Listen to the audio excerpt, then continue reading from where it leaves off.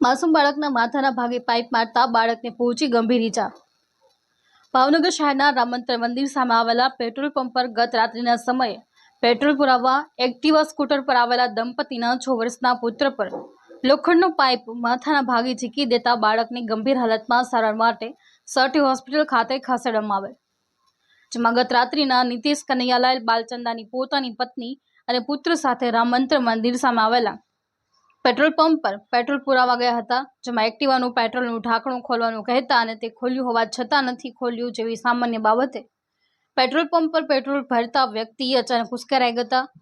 મહિલા સાથે હોવા છતાં અપશબ્દ બોલી નીતેશભાઈના 6 વર્ષના બાળકના માથાના ભાગે લોખંડનો પાઇપ ઝીકી દેતા બાળકના કપાળનો ભાગ ફાટી ગયો હતો। તેને ગંભીર હાલતમાં સારવાર માટે ભાવનગર સટી હોસ્પિટલ ખાતે ખસેડવામાં આવ્યો હતો, જ્યારે ઘટનાના પગલે સિંધી સમાજના લોકો મોટી સંખ્યામાં એકઠા થઈ ગયા હતા।